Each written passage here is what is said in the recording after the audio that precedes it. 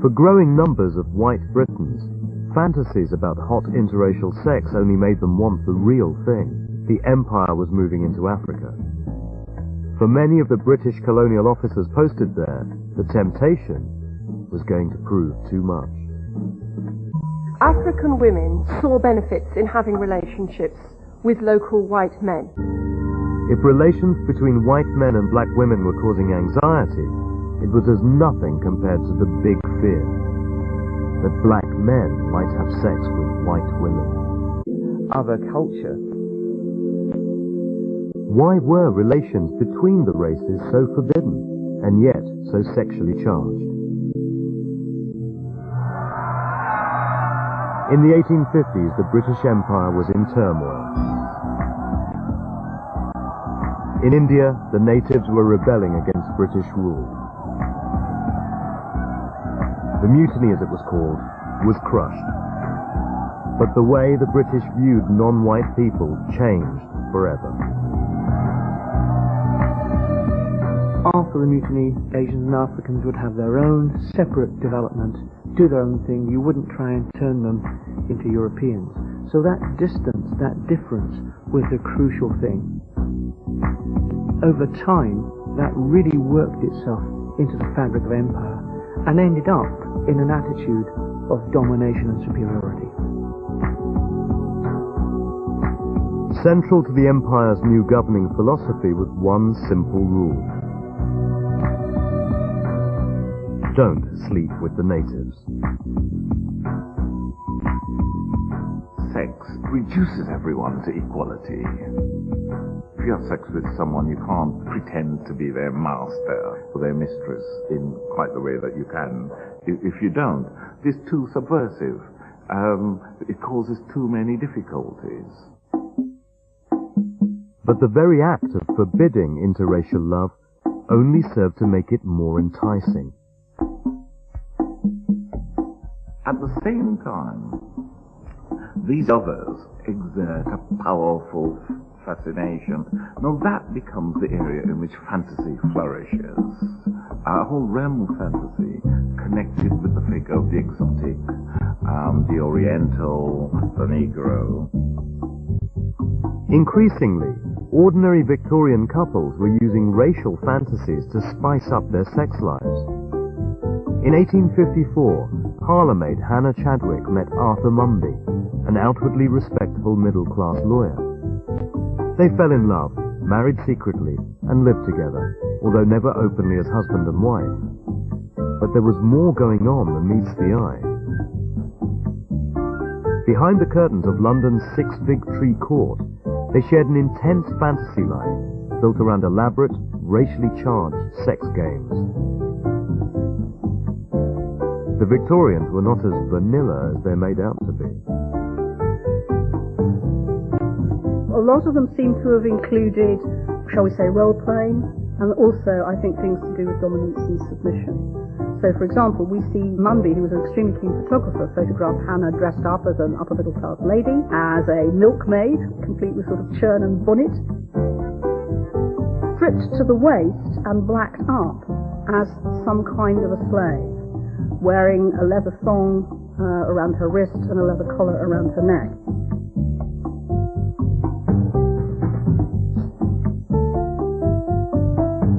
Slavery had ended by 1838, but it left traces in the society in terms of imagery of sadomasochism. They're playing out what used to be real and brutal and cruel and barbaric in the plantations, but they're doing it without the attendant realities of plantation life. It's not being translated into real action in terms of sort of racial superiority and inferiority. So why not? You know, why not? Luckily for us, Arthur and Hannah kept diaries of what they got up to. Their games reveal just how central interracial sex had become in the erotic imagination of their day. Coming home at 2:30, I went down into the kitchen, and there I found my Hannah, in her dirt, looking like a chimney sweep. "I'm blacking myself, Massa," said she, and still she looked noble, even in rags, in dirt, in the kitchen. He looked at her, a Juno carved in coal, with lustrous eyes and firm devoted soul, goddess within, magnificent and brave, yet outwardly a negress and a slave. One of Hannah's terms for Arthur was massa, and if we put this with the game of blacking up, the game of wearing a leather thong or a leather collar, we can imagine that Hannah and Arthur are playing out an erotic relationship in dominance and submission, which draw on their differences as man-woman, as employer-employee, but also a fantasy which is a fantasy of racialized slavery. In her later years, Hannah moved away to a country cottage where she lived into her 70s. The parlour was reserved solely for Arthur's visits. It must have been spotlessly clean. I would imagine that in parts of Britain today where people of colour are not visible, fantasies probably still exist, and there are probably all kinds of interesting games going on in suburbia. But they could never be as exciting as in the Victorian period, because that initial excitement of discovering the new world and the new bodies of the new world, that has now gone. I think the Victorians had it good in terms of the facility that they had to enact their sexual desires. For growing numbers of white Britons, fantasies about hot interracial sex only made them want the real thing. To do that, they had to travel abroad, where a whole new world of erotic possibility was opening up. The empire was moving into Africa. For many of the British colonial officers posted there, the temptation was going to prove too much. By the end of the 19th century, Britain was taking over large swathes of Africa, including today's Zimbabwe, Kenya, and Uganda.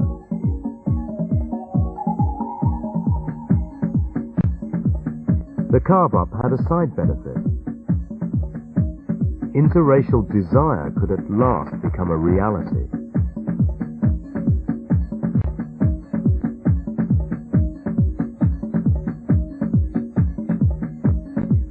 For some of Britain's colonial elite, a posting to some far-flung dominion might not be quite so hellish after all. You could almost think of it as a sex safari.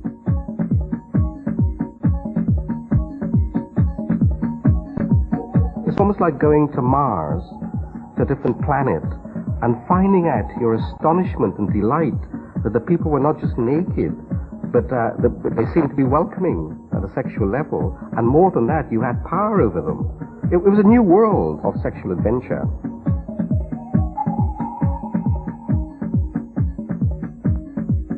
They knew they shouldn't, but they did. Typical of the new breed of administrator was Richard Meinertzhagen, a 24-year-old British officer who arrived in the East Africa Protectorate, now Kenya, in 1902. Brought up a strict Christian, he believed in sexual restraint. He'd taken on board the empire's cardinal rule, no sex with the natives. However, Meinertzhagen was shocked to discover that the taboo was being broken extensively.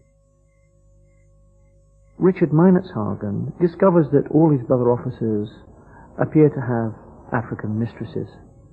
There's definitely sexual relations going on. And Meinertzhagen writes about these in his diaries, and appears quite outraged by what he sees.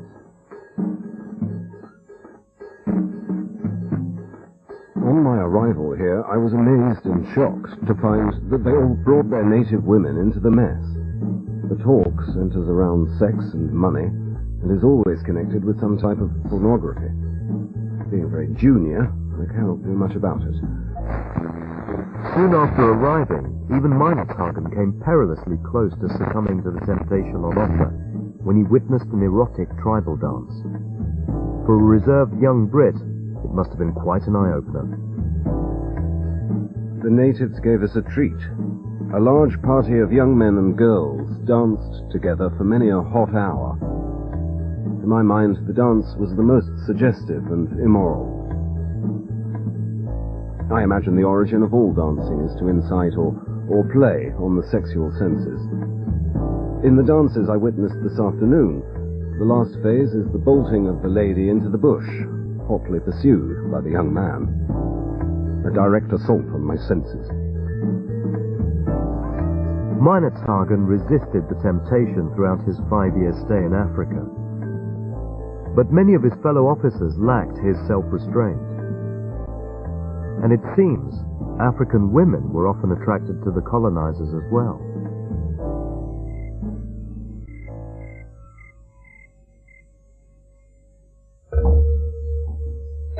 In certain African societies, whiteness is a blemish. In others, whiteness is just something to marvel at. When white people went, the natives fell on their knees and worshipped them as divinities. So obviously whiteness had a glamour and a sense of marvel. African women saw benefits in having relationships with local white men. They're not in these relationships because white guys are seen as sexier than black guys. In the archives, you get reports of African male elders saying to white administrators, "You white men have taken all our women." Well, of course you will have done, because you have the power.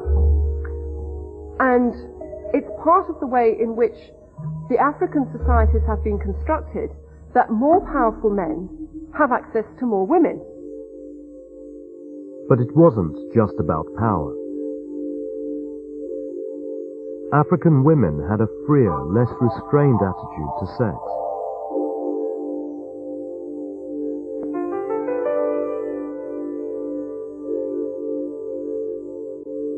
A lot of what's going on in Europe is to do with controlling sexual desire.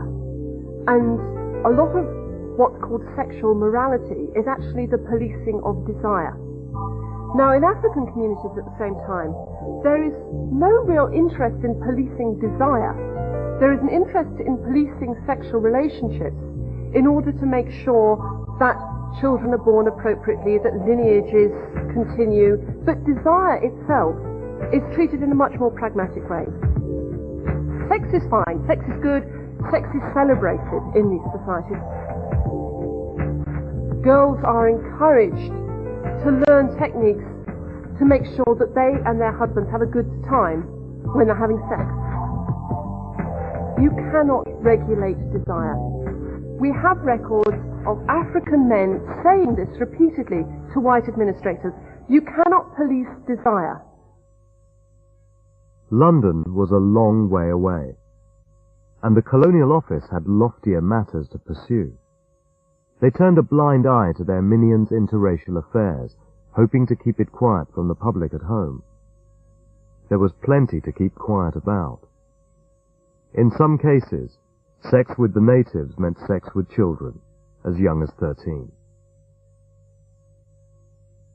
There is the view that forbidden fruit is unblemished fruit. What Africa seemed to have offered to jaded appetites was the possibility of virgin flesh, new flesh, flesh that had not yet been sullied by contact. But by 1908, a scandal was brewing, which would blow the secret into the open. A white landowner in Kenya, W. Scoresby Routledge, objected to colonials having sex with young local African girls. Routledge complained to colonial officials, but they continued to look the other way. In frustration, he wrote a furious letter to the Times denouncing the immorality he had witnessed. The secret of interracial sex in Africa had just become a public scandal. Routledge made this a truly public issue, took it out of the private domain of the corridors of Whitehall and into the public arena. So questions were asked in the House of Parliament, and in one sense I suppose the cat was let out of the bag. The government's policy of don't ask, don't tell was in tatters. A circular went out to all colonial officers banning relationships with the natives. But with the secret out, a new public mood was taking hold in Britain. If relations between white men and black women were causing anxiety, it was as nothing compared to the big fear that black men might have sex with white women.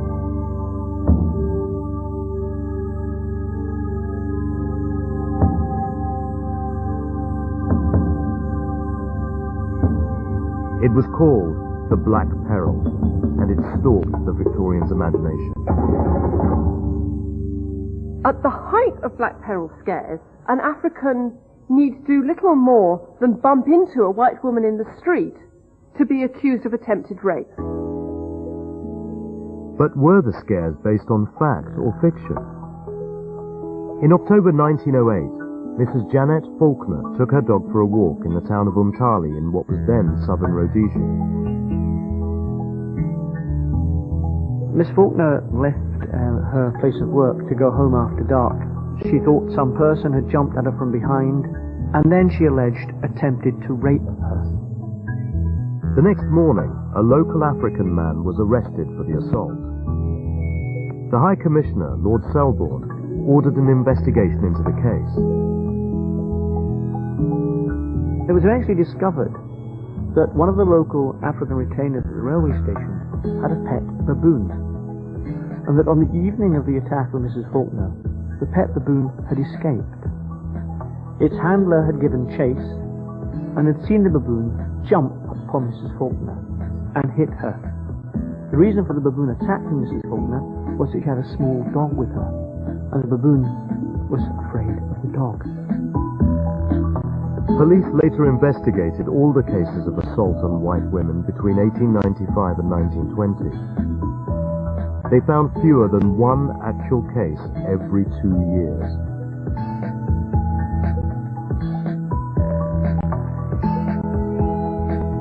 In other words, a white woman had far more chance of being assaulted in the East End of London than she ever did in Kenya.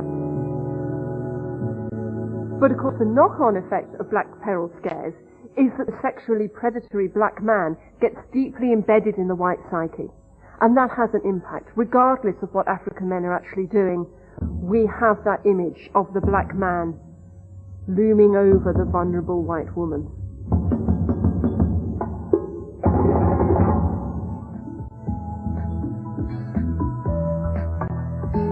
Back in Britain, the mythical Black Peril was creating moral panic. Now black men had to be kept apart from white women at all costs. But white women were proving harder to control.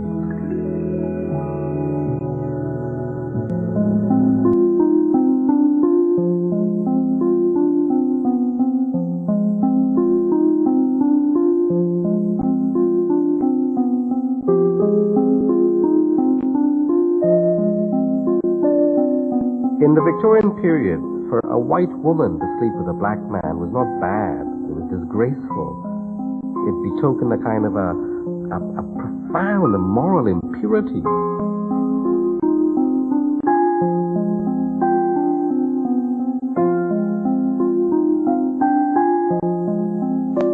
People would have been physically disgusted, in public anyway.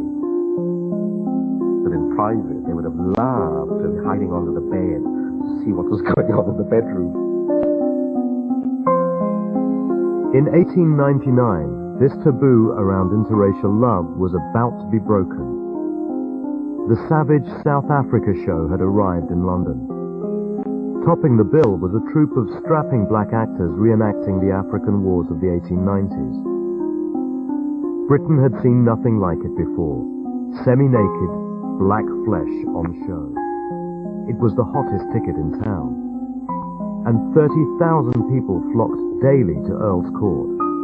Many of them were women, and it wasn't military history they were interested in. This is a society where it's very unusual to see naked male bodies in this way.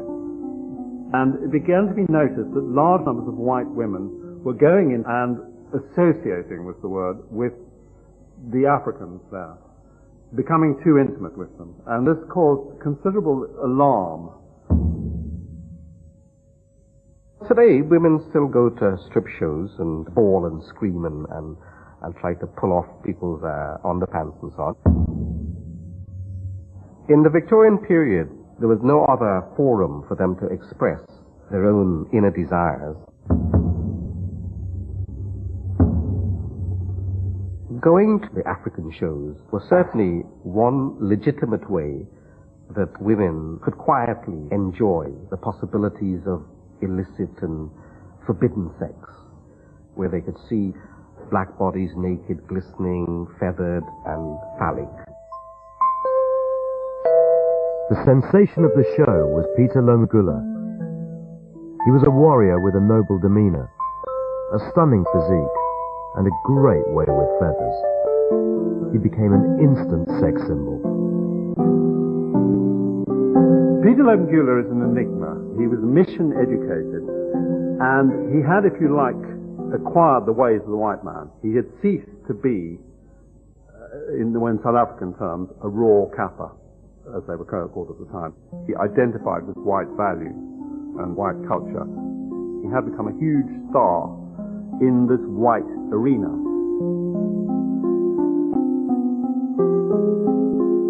Two months after the show had come to town, a rumour began circulating London. Peter was getting married. The news caused a scandal because he was marrying a white woman, Kitty Jewell.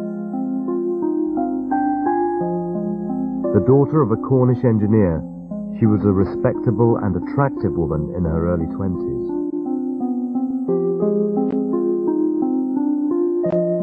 Kitty is obviously remarkable. She's going against all the norms of her society. Going with Peter is part of her gesture of self-liberation. And of course there would have been sexual excitement on her part of being with somebody from a different culture.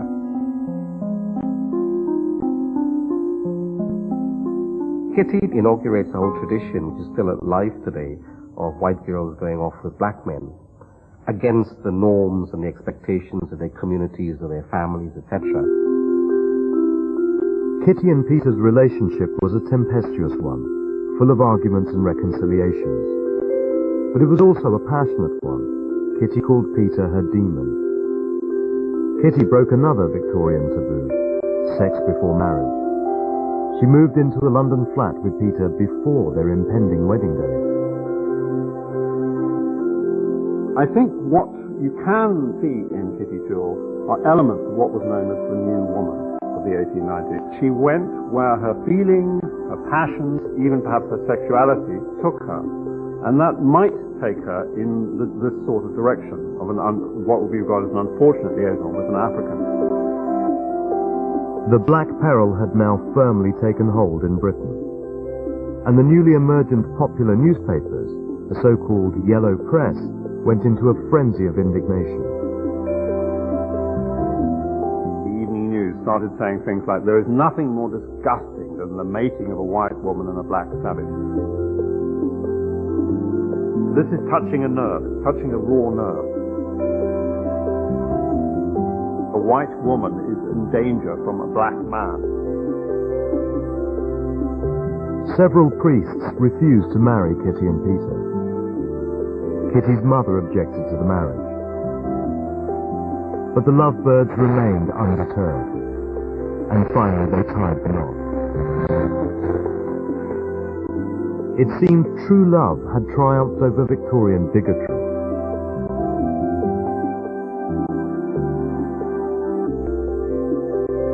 But it wasn't to last.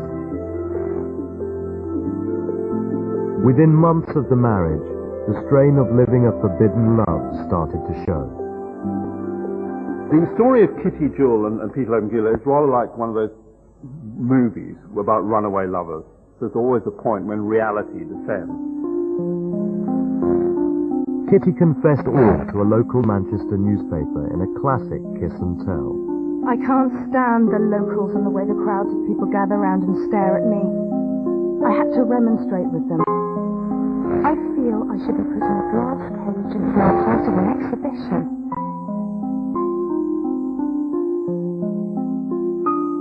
Like many people in mixed-race relationships today, society's disapproval was too much for Kitty. The marriage collapsed. Kitty's clothes and a letter were found beside a canal in Manchester.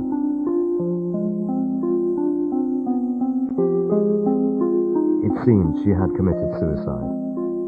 But that wasn't the end of the story. 2 years later, she turned up in the divorce court, suing for divorce. And the judge said, "What do you expect, isn't it? Marrying a savage?" Peter remarried, again to a white woman, and became a coal miner in Manchester, where he died. Kitty was never heard of again. The desire for romance and love and the simplicity of a human relationship was very difficult, if not impossible, for them in the Victorian period, where they were constantly reminded that they were savage and civilized, that they were abnormal, that they were stereotypes. It was very difficult for them to escape stereotyping. Hostility towards interracial love was mounting by the year.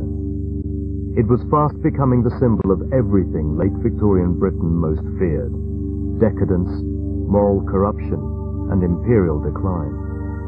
If you look at the literature of the period, it's riddled all the time with threat, menace, fear of the outsider.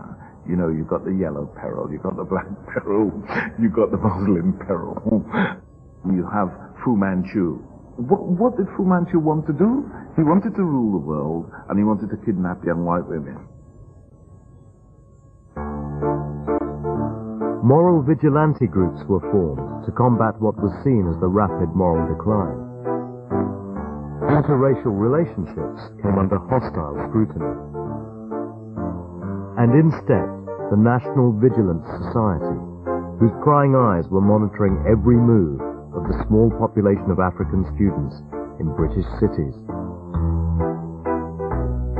In 1907, Thomas Hill wrote to the Colonial Office complaining about Edinburgh student Bendali Omani.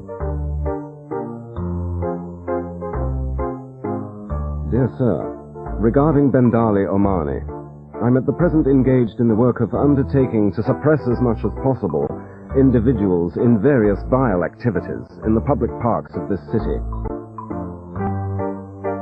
The above mentioned is a Negro from Lagos, whose manner of life has been observed by me for many lengthy months. I know a mass of information which I must tell you. I know him to be a person who has done no work of any kind. He is addicted to sexual immorality. The whole of this summer is spent in the parks, on the hunt after women and rich-looking persons of both sexes. 2 weeks ago, on 2 separate occasions, he importuned a young girl of respectable and good position, whom I know well, for an immoral purpose. Hill was clearly a nosy and sanctimonious peeping Tom. But that's not how the Colonial Office saw it. They investigated the possibility of deporting Omani, but found he had committed no crime. Omani left Britain after he finished his education. Hill would have to find other things to do in the bushes.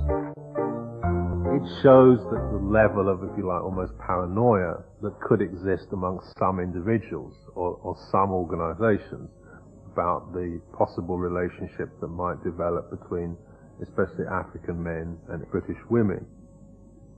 To see them having relationships of equality, as it were, was something which undermined this whole colonial order, or whole political order. As the First World War came and went, the moral majority was losing its grip. There was now an enemy within. White women were starting their own sexual revolution, daring to express their interracial desires. The key to understanding this new mood lies in some of the popular novels women read. They were called desert romances. Later immortalized in Rudolph Valentino films, they were full of hot, dusty, interracial sex. Sadly, they are all now out of print. Her heart was given for all time to the fierce desert man, who was so different from all other men whom she had met. A lawless savage who had taken her to satisfy a passing fancy and treated her with merciless cruelty. He was a brute, but she loved him for his very brutality and superb animal strength. A man of different race and in colour than native. These desert romances depict an Arab, often a sheikh, who's presented as highly sexually desirable, but also brutal and often very sexually demanding. And the heroine of these novels is a young, beautiful English woman. One crucial feature in all these is that she's sexually inexperienced, and he awakens her sexually. I think part of the attraction of these racially other men was the contrast to the returning white British man coming back from a war which they have won, but yet they're often very defeated in spirit. They're often psychically, if not psychologically, damaged. This racial other is not weakened and enfeebled by war. He stands sort of right outside all that. But white women weren't just fantasizing about black men. An increasing number were in relationships with them. And a backlash was building. White men were getting angry. Very angry. It was 1919, and a long hot summer of riots against interracial love was about to erupt.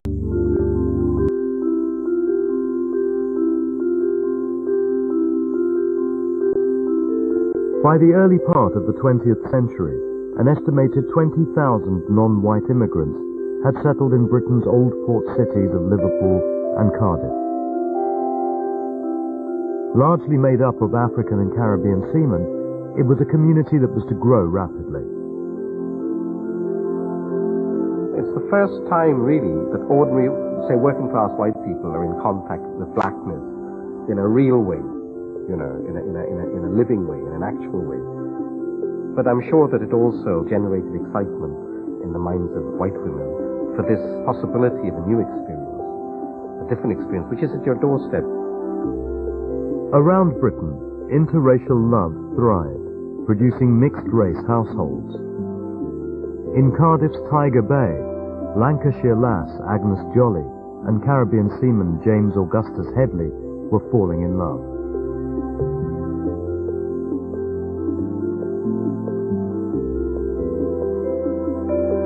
My mother's mother lived in a convent. She was a rather shy woman. At first she was I can't go to Tiger Bay, you know, but she went there. And when my grandmother saw my grandfather, and he saw her, that was the beginning of a romance, and they married, and my mother was born. That was around 1909. Agnes and James Augustus used all their savings to set up home. They would eventually be married for more than 30 years, until Agnes died. But mixed-race love like theirs was causing anger and anxiety amongst white men. I think white men were very disturbed when they saw white women with black men. And this is particularly the case, of course, in 1919, when white British men have been demobbed, are coming back, finding not only that they have no jobs, but that their, quote-unquote, women are having relations with black and Chinese men. It's a sexual threat. It's a threat to your own sexuality as a white man. You know, perhaps your wife will have a different kind of performance with the black man and get ideas. She might get ideas, you know, as to what real sexual pleasure is. And then I, as a white man, maybe I will not be able to satisfy her anymore. It really is a threat to my own personal sense of potency, you know, if I were a white man. Unloved, disenfranchised, jobless. White men took their anger to the streets in the first race riots of the 20th century, targeting mixed-race couples.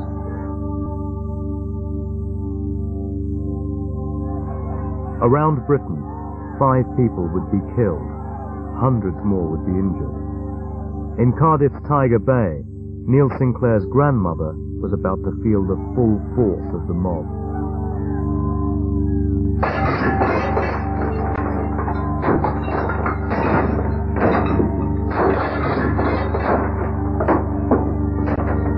My grandfather had to escape out of the back of the house while the house was being attacked.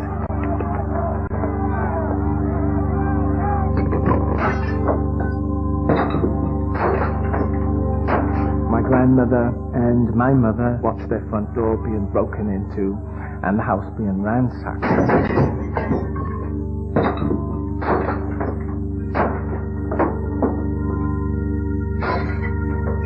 All my grandmother's treasured possessions and china ornaments, their cozy little home, was being destroyed.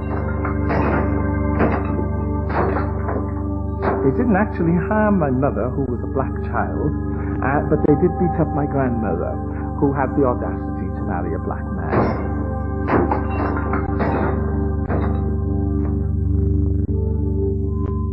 The following day, the police told my grandmother it was her fault because she married a black man, that all this had happened. It was a dreadful experience for my grandmother because she kind of never came out of it. It was traumatic, and she became sort of somewhat introverted for the rest of her life after that experience. The sad thing really is that in fact the black men were not walking phalluses. In fact they were husbands.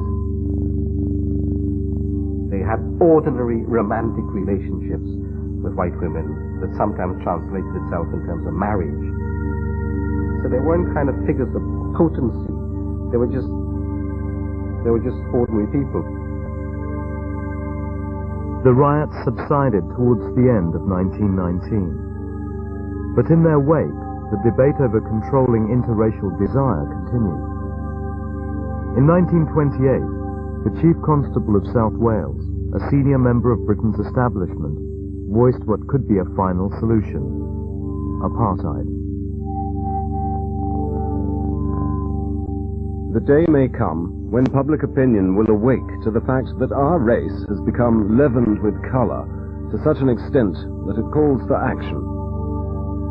Parliament may be urged to consider the desirability of bringing into existence in this country legislation similar to that which has been found necessary in the Union of South Africa. The Chief Constable was saying, well, yes, that black people are a problem. And one of the ways in which they're a problem is that they form relationships with British women, which are not acceptable, and that they produce children of this mixed origin or dual heritage, as we'd say today, who at the time were considered a social problem. The idea of apartheid never took off. For most people, it was just unworkable. As Britain headed into a new era, interracial love continued to thrive. Nothing, it seems, could control it. The Victorians had tried, with their scares, taboos, and moral vigilante squads. Even mob violence wasn't enough. You can't legislate for the kind of relationships that people want to engage in. Clearly there have been laws in openly racist states such as South Africa, Nazi Germany, but even those laws have not been able to prevent people falling in love. From now on, interracial love would be out in the open. With growing numbers of black people arriving from the colonies, it was no longer something white Britons could refuse to deal with.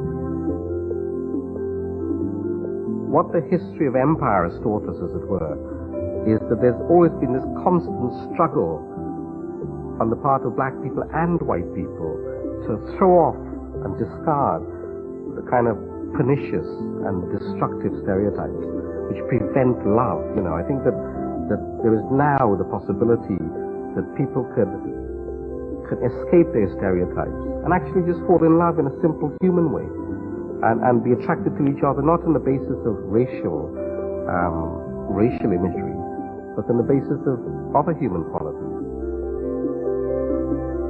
But old stereotypes die hard, and new ones come along. Have we really put Victorian attitudes behind us, or are we still haunted by the ghosts of our past?